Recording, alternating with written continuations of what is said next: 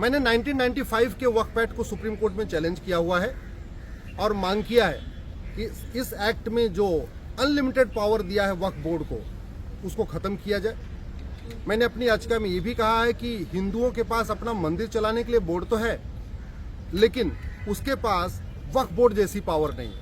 और वक्फ ट्रिब्यूनल तो जैसे वक्फ ट्रिब्यूनल है, ऐसा हिंदुओं के पास कोई ट्रिब्यूनल नहीं है। हमने ये भी मांग किया है कि जो जमीन का मुकदमा है वो कोर्ट में ही चलना चाहिए, वो सिविल कोर्ट में ही चलना चाहिए, न कि किसी ट्रिब्यूनल में चलना चाहिए, किसी बोर्ड के सामने चलना चाहिए।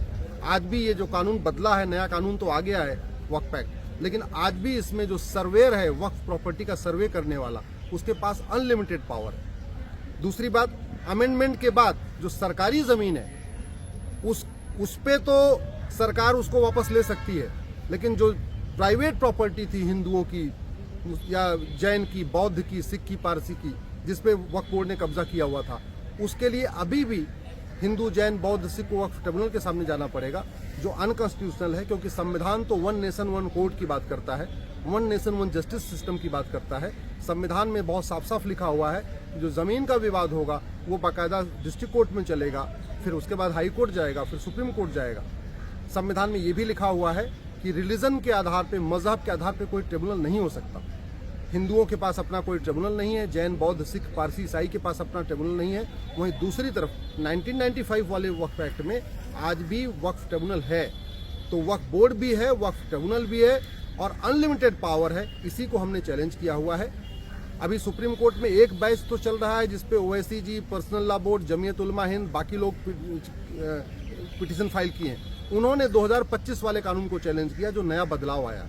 हमने इस कानून को चैलेंज नहीं किया है, हमने 1995 वाले मूल एक्ट को चैलेंज किया।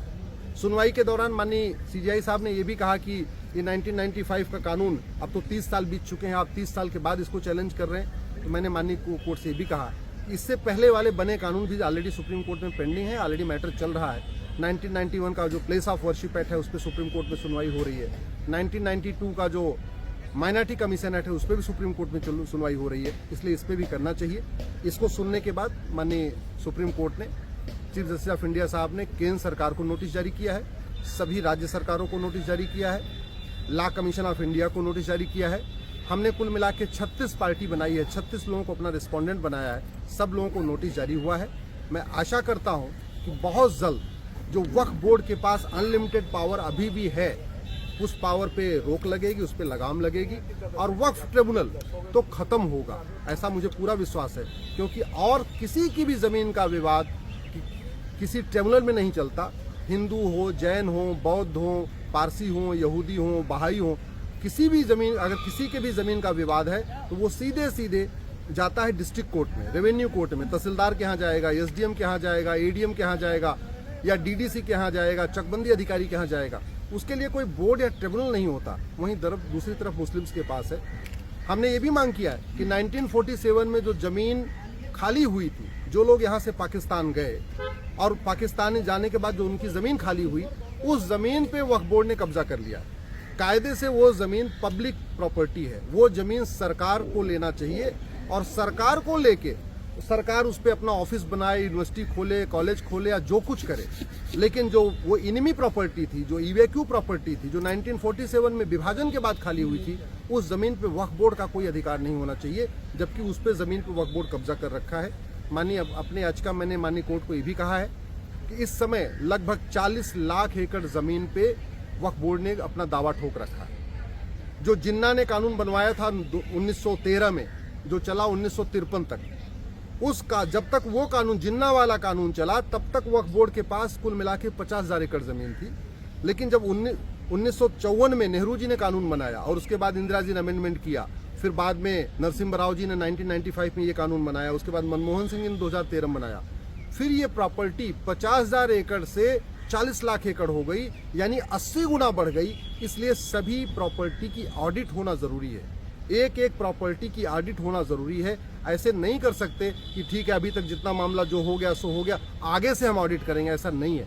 पहले जो जमीनें कब्जा की गई हैं, चाहे वो ऊसर जमीन हो, चाहे बंजर जमीन हो, चाहे वो खेल का मैदान पे कब्जा किया है, जो जंगलों की जमीन पे कब्जा किया है, जो नदियों के किनारे की जमीन पे कब्जा किया है, या मजार बना के जो जमीन पे कब्जा किया है, दरगाह बना के कब्जा किया है, इन ज़मीनों की ऑडिट होना ज़रूरी है।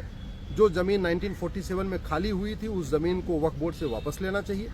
इसके अलावा जो पहले के रजिस्ट्रेशन हुए हैं उसमें कागज़ वापस वेरीफाई करना चाहिए, क्योंकि जो जिन्ना ने कानून बनवाया था 1913 में, बाद में जो 1923 में अमेंड हुआ, उसमें भी रजिस्ट्रेशन कंपलसरी था। तो सवाल यही है कि अगर हिंदू, जैन, बौद्ध, सिख, पारसी, ईसाई, यहूदी भाई अगर कुछ दान करते थे तो वो रजिस्ट्रेशन करवा रहे थे, तो मुस्लिम्स ने जो वक्फ को वक्फ किया उन्होंने रजिस्ट्रेशन क्यों नहीं करवाया, जबकि उनका कानून तो 1913 से चल रहा था। जो जिन्ना ने बनवाया था उसमें भी रजिस्ट्रेशन का प्रावधान था, उसको भी हमने चैलेंज किया हुआ है। दूसरा, जो 2013 में वक्फ बाई यूज़र का प्रावधान आया, हमने उसको चैलेंज किया है। वक्फ बाई यूज़र का मतलब बड़ा सीधा सा हो गया कि जहां वो ज़मीन उपयोग कर रहे हैं वही यूज़र हो गई, यानी सड़क पे उन्होंने कुछ दिन के अपने लिए डेरा डाल दिया तो वो ज़मीन वक्फ बाई यूज़र हो गई और वक्फ प्रॉपर्टी हो गई। उसको भी हमने चैलेंज किया हुआ है। माननीय सुप्रीम कोर्ट अब हमारी याचिकाओं को अलग से सुनेगा। एक बैच वो है, करीब 100 याचिकाएं ऐसी हैं जिन्होंने ये 2025 वाले कानून को चैलेंज किया है। इसमें ओवैसी जी हैं, बाकी और भी कई सांसद हैं, पर्सनल लॉ बोर्ड है, जमीयत उलमा हिंद है। इनकी याचिकाओं पे सुप्रीम कोर्ट अलग सुनवाई करेगा। और हमारी और हरिशंकर जैन जी की याचिका, जो हम लोगों ने 1995 का कानून चैलेंज किया है, इस पे अब अलग से सुनवाई होगी।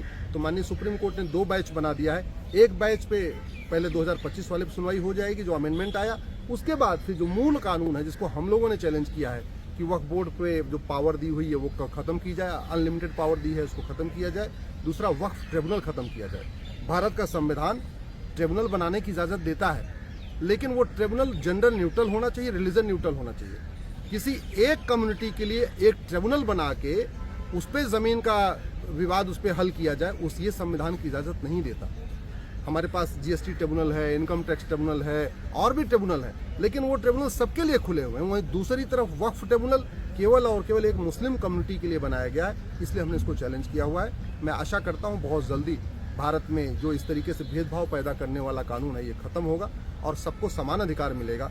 इस वक्फ एक्ट के कारण आज भी हिंदू 3rd क्लास सिटीजन बने हुए हैं। हिंदुओं के पास वो अधिकार नहीं है जो मुस्लिम्स के पास वक्फ बोर्ड में है। हिंदुओं के पास मंदिर चलाने का बोर्ड तो है, लेकिन मंदिर को प्रॉपर्टी मैनेज करने का अधिकार नहीं है। वहीं दूसरी तरफ मुस्लिम्स के पास वक्फ बोर्ड है, उनके पास अपना सर्वेयर भी है, उनके पास अपना जज भी है, उनके पास अपना चेयरमैन भी है, सर्वे करने का भी अधिकार है, मुकदमा सुनने का भी अधिकार है, मुकदमा चलाने का भी अधिकार है। ऐसा हिंदुओं के पास नहीं है, इसलिए ये कानून खत्म होना जरूरी है।